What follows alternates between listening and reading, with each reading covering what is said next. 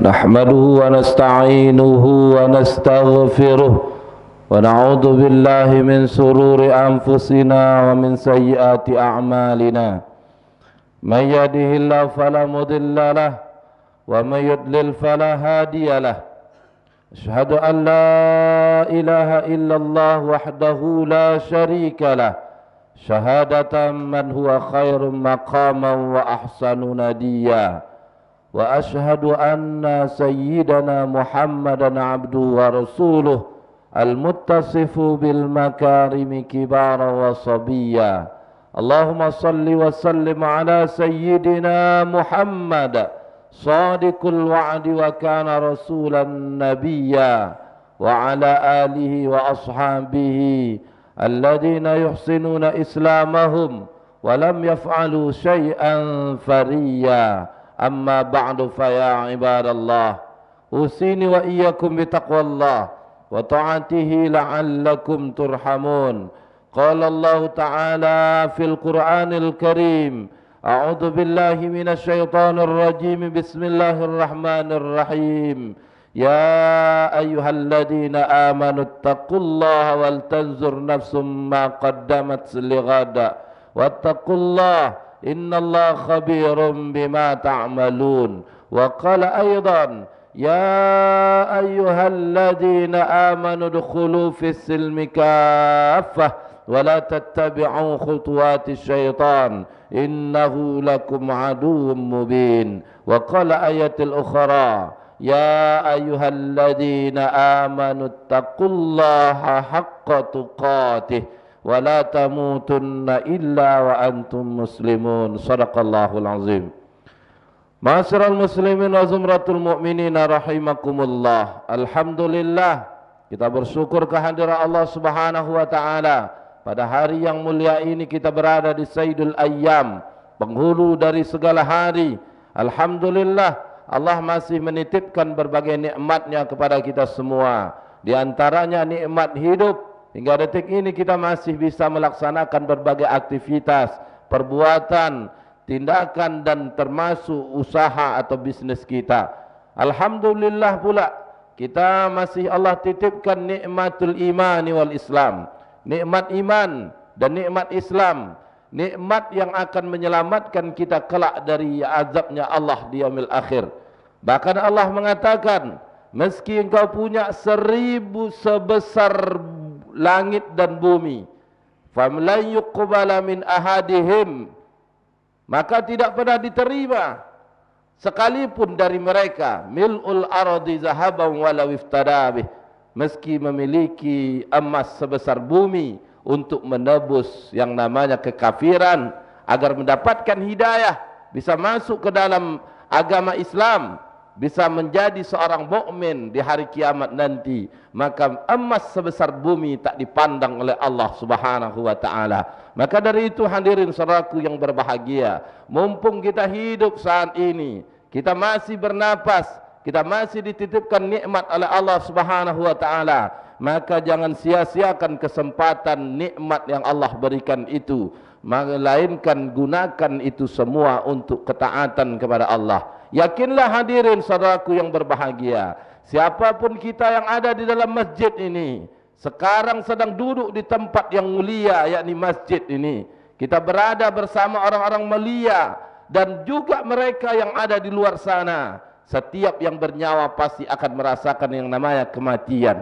Maka dari itu saudaraku yang berbahagia, ketika kematian menghampiri kita, yutba'ul mayyita salasun, ada 3 yang akan mengiringi ketika kita diantarkan ke alam barzah, diantarkan ke kuburan. Ahluhu wa maluhu wa amaluhu, ahluhu keluarganya, maluhu harta bendanya, wa amaluhu amal solehnya. Fayarji'u usnani, 2 yang akan kembali, wa yabqal wahid, 1 yang akan kekal. Apa yang akan kembali dan apa yang kekal? Yang kembali adalah keluarga dan harta benda. Sebanyak apapun harta yang kita punya, hanya mengantarkan kita sampai ke liang lahat. Begitu juga keluarga. Namun yang kekal, yang akan menemani ketika berada di dunia, bahkan berada di alam kubur, sampai nanti di alam akhirat, di kehidupan yaumil mizan, yaumil hisab, ketika melewati titian sirat, ketika berada di padang mahsyar, yang akan menemani hanya amal saleh,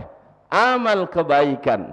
Maka dari itu gunakanlah itu semua untuk ketaatan apa yang Allah berikan kepada kita, sehingga dengan begitu nanti di yaumil akhir insyaallah kita termasuk hambanya yang mulia, hamba yang akan mendapatkan rahmat, dimasukkan ke dalam jannahnya Allah Subhanahu wa taala. Saudaraku yang dimuliakan oleh Allah, seperti yang kita pahami, saat ini kita berada di bulan Rajab. Kita berada di akhir penghujung bulan Rajab. Bulan Rajab kita ketahui ada peristiwa yang dahsyat, peristiwa yang membuat orang percaya dan banyak juga yang tak percaya, yakni peristiwa Isra dan Mi'rajnya Nabi sallallahu alaihi wasallam.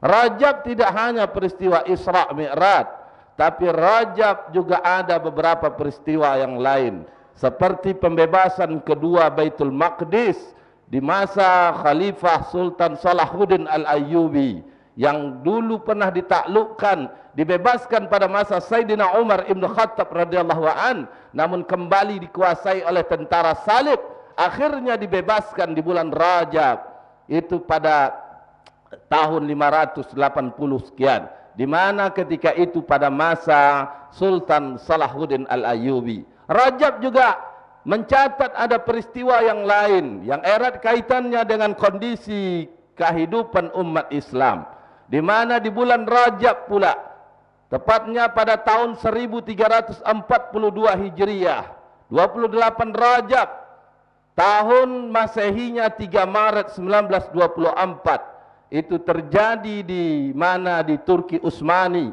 Kita mengenal ada kepemimpinan Utsmani, kehilafahan Utsmaniyah, itu dibubarkan secara resmi oleh Mustafa Kemal laknatullah alaih. Mustafa Kemal sebagai anteknya Inggris itu telah membubarkan secara resmi, menjadikan Turki Utsmani sebagai Turki Republik Turki. Itu terjadi pada bulan Rajab yang mulia ini. Maka dari itu hadirin yang dimuliakan oleh Allah, banyak lagi peristiwa yang lain yang punya hubungan erat dengan umat Islam, yakni bulan Rajab yang mulia. Namun yang masyhur di kalangan kita, peristiwa Isra dan Mi'raj. Saudaraku yang dimuliakan oleh Allah, sebagaimana kita pahami, Isra dan Mi'raj itu salah satu dari mukjizat Nabi sallallahu alaihi wasallam. Kenapa tidak? Orang membutuhkan waktu berbulan-bulan, tak butuh sehari, tak cukup sehari, sepekan, bahkan berbulan-bulan. Bahkan ada 1 bulan itu bisa menempuh perjalanan dari Mekah ke Baitul Maqdis, Palestina hari ini yang kita kenal. Itu butuh waktu 1 bulan perjalanan. Tapi peristiwa yang dahsyat itu, baginda Nabi sallallahu alaihi wasallam itu hanya butuh waktu tak sampai 1 malam, hanya sepertiga malam, menempuh perjalanan yang panjang dari Masjidil Haram ke Masjidil Aqsa. Tidak hanya sampai di situ, Nabi diberangkatkan Mi'raj sampai ke Sidratul Muntaha dan kembali ke Baitul Maqdis, pulang ke kampungnya yakni ke Makkatul Mukarramah. Itu hanya butuh waktu sepertiga malam. Seperti yang Allah abadikan di dalam surah Al-Isra, surah ke-17 ayat yang pertama. A'udzubillahi minasyaitonir rajim. Subhanalladzi asra bi 'abdihi lailan minal masjidil haram ilal masjidil aqsa allazi barakna haulahu linuriyahu min ayatina innahu huwas samiul basir. Subhanalladzi asra, maha suci Allah yang telah memperjalankan. Siapa yang diperjalankan? Bi'abdihi, hambanya Allah. Siapa hamba Allah dalam hal ini? Baginda Nabi sallallahu alaihi wasallam. Lailan, pada 1 malam, minal masjidil haram ilal masjidil aqsa, dari Masjidil Haram ke Masjidil Aqsa hanya butuh sepertiga malam, ya. Allazi barakna haulahu linuriyahu min ayatina, yang kami berkahi kata Allah sekelilingnya sebagai bentuk tanda-tanda dari kekuasaan kebesaran kami.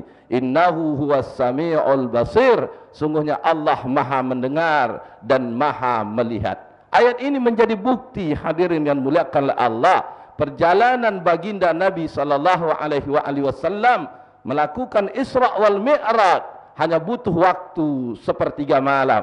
Nah, dari peristiwa Isra Mi'raj ini, hadirin saudaraku yang dimuliakan oleh Allah, ini menuntut bukti dari keimanan yang ada dalam diri kita. Makanya dari peristiwa Isra Mi'rajnya Nabi, ada yang percaya, ada pula yang tak percaya, bahkan murtad. Yang percaya, yang yakin, semakin kuat keyakinannya akan kerasulan Nabi Muhammad sallallahu alaihi wasallam. Karena Isra Mi'raj adalah mukjizat, mukjizat yang Allah berikan kepada Nabi sallallahu alaihi wasallam. Mereka yang beriman, percaya kepada Nabi, semakin kuat keimanan keyakinannya, semakin kuat pula dalam hal membela dan berjuang bersama Nabi sallallahu alaihi wasallam. Begitu pula di antara orang-orang ketika itu yang tadinya ada yang beriman, namun akhirnya kembali murtad. Ada yang tak yakin, semakin kuat pula keyakinannya. Maka dari itu peristiwa Isra Mi'rajnya Nabi sallallahu alaihi wasallam mengandung nilai spiritual, mengandung nilai yakni terkait dengan keyakinan, keimanan kita. Orang yang semakin yakin imannya, orang semakin kuat keyakinannya, dengan Isra Mi'raj itu semakin mantap pula keyakinannya. Bagi mereka yang tak yakin, mustahil bagi mereka. Mana mungkin bisa menempuh perjalanan dari Makkah ke Baitul Maqdis, hanya butuh waktu sepertiga malam, hanya butuh waktu 1 malam. Sementara orang berjalan dari Makkah ke Baitul Maqdis itu butuh waktu dalam waktu 1 bulan. Ini hal mustahil. Akhirnya banyak yang murtad, yang tak percaya, yang tak yakin dengan apa yang telah Rasul sallallahu alaihi wasallam alami. Namun mereka lupa, tak ada yang mustahil bagi Allah subhanahu wa ta'ala. Tak ada yang tidak mungkin bagi Allah. Bila Allah menginginkan segala sesuatu, maka sesuatu itu akan terjadi. Salah satunya peristiwa Isra Mi'rajnya Nabi sallallahu alaihi wasallam. Berikutnya hadirin yang dimuliakan oleh Allah, peristiwa Isra Mi'rajnya Nabi sallallahu alaihi wasallam di samping mengandung nilai spiritual, ada nilai politik dan juga ideologi yang terkandung dari peristiwa tersebut. Di mana peristiwa politiknya? Di mana kita tahu hadirin yang dimuliakan oleh Allah Subhanahu wa taala, ketika baginda Nabi melakukan Isra dan Mi'raj. Sebelum Nabi Mi'raj, bahkan ketika itu Nabi pernah memimpin salat berjamaah di Baitul Maqdis. Di sana telah berkumpul para nabi-nabi terdahulu.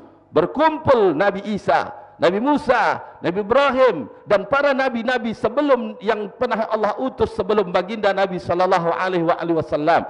Ketika itu nabi yang menjadi imam dari para nabi-nabi terdahulu. Apa makna yang terkandung dari peristiwa ini? Ini sebuah pertanda bahwasanya menurut para mufassir, menurut para ahli sejarah, kalau apa yang dialami oleh Nabi sebagai pertanda bahwa sejak Nabi menjadi imam dari para nabi-nabi terdahulu, maka baginda Nabi sallallahu alaihi wasallam dan umatnya yang akan menjadi pemimpin dunia. Dan hanya Islam, agama yang dibawa oleh Nabi sallallahu alaihi wasallam yang layak menjadi aturan yang diterapkan dalam hidup kehidupan kita. Maka dari itu hadirin yang dimuliakan oleh Allah, berbeda dengan kondisi hari ini. Kita ketika melihat realitas saat ini, seharusnya ketika kita meyakini baginda Nabi sallallahu alaihi wasallam sebagai sosok yang telah Allah tetapkan sebagai pemimpin dunia dan generasi setelahnya sebagai pemimpin dunia dengan Islam. Namun hari ini kita melihat banyak di antara yang meyakini Nabi sebagai Rasul, banyak yang meyakini Al-Quran sebagai pedoman hidupnya, namun di sisi lain masih mengadopsi konsep aturan Montesquieu dalam kehidupan, masih mengadopsi konsepnya John Locke, kapitalisme Adam Smith, yang itu masih diterapkan dalam kehidupan. Bukankah Allah telah memberikan kabar dari peristiwa Isra Mi'raj yang layak menjadi pemimpin dunia hanya Islam, yang layak menjadi aturan yang diterapkan dalam hidup kehidupan umat manusia hanya aturan Islam. Ini yang Allah jelaskan dalam surah Al-Maidah, surah yang kelima, ayat ke-50. di mana Allah Subhanahu wa taala berfirman, "Afa hukmul jahiliyyati yabghun wa man ahsanu minallahi hukman liqaumin yuqinun." Apakah hukum jahiliyah? Allah bertanya dalam hal ini menggunakan huruf istifham. Apa hukmul jahiliyyati yabghun? Apakah Allah tidak tahu dalam hal ini? Allah Maha tahu, tapi Allah ingin memberitahu kepada yang tak mau tahu dan yang tak tahu. Makanya Allah bertanya, apa hukmul jahiliyati yabghun? Apakah hukum jahiliyah itu lebih baik daripada hukum Allah bagi orang-orang yang yakin? Tentunya hadirin, hanya hukum Allah yang benar-benar baik dan akan menyelamatkan kita. Bahkan di akhirat kelak, ketika hukum Allah itu kita campakkan, tidak kita terapkan, hadirin yang muliakan oleh Allah, maka kehinaan demi kehinaan yang akan kita dapatkan. Ini yang Allah jelaskan di dalam Al-Quran. Wa man a'rada an zikri fa inna lahu ma'isyatan dhanka wa nahsuruhu yaumal qiyamati a'ma. Man a'rada, siapa saja yang berpaling, an zikri, dari mengingatku. Makna dari mengingatku adalah tidak mengamalkan apa yang telah Allah Subhanahu wa taala turunkan dan yang dibawa oleh baginda Nabi sallallahu alaihi wasallam. Maka ketika itu terjadi, fa innalahu, maka sungguh bagi yang berpaling itu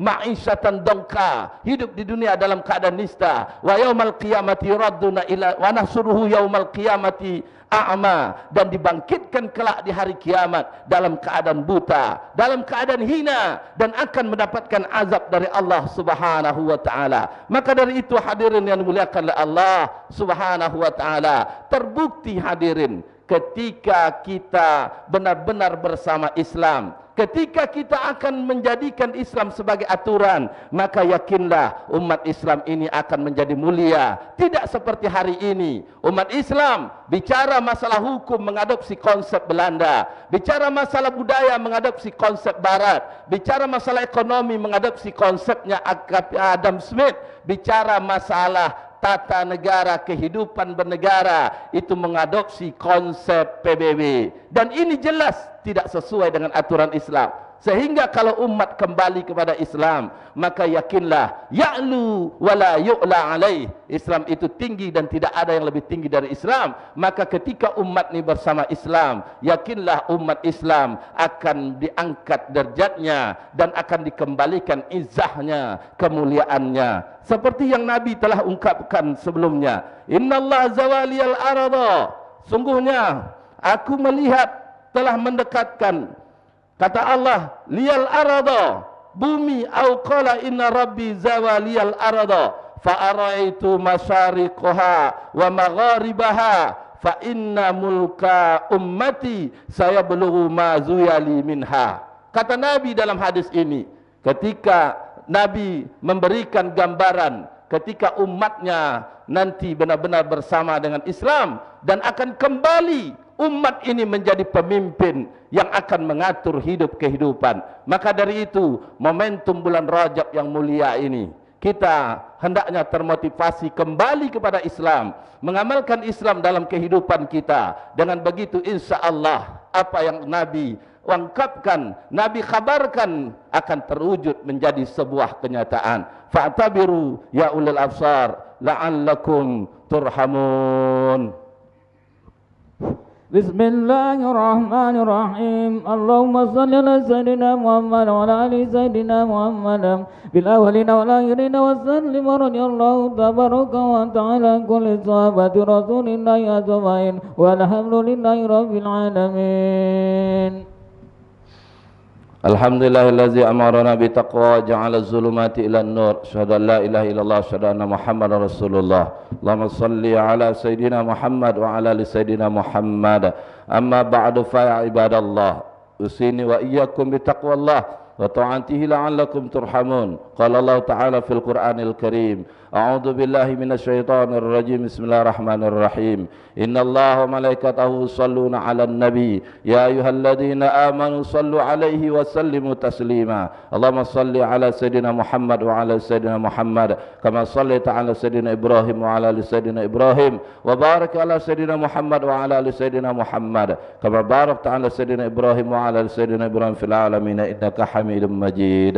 اللهم اغفر للمسلمين والمسلمات والمؤمنين والمؤمنات الأحياء منهم والأموات برحمتك يا أرحم الراحمين. اللهم أعز الإسلام والمسلمين وأذل الكفرة والمشركين ودمر أعداءك أعداء الدين. اللهم إنا نسألك دولة خلافة على منهاج النبوة تعز بها الإسلام وأهله وتذل بها الكفر وأهله إنك على كل شيء قدير. ربنا آتنا من لدنك رحمة وهيئ لنا من أمرنا رشدا.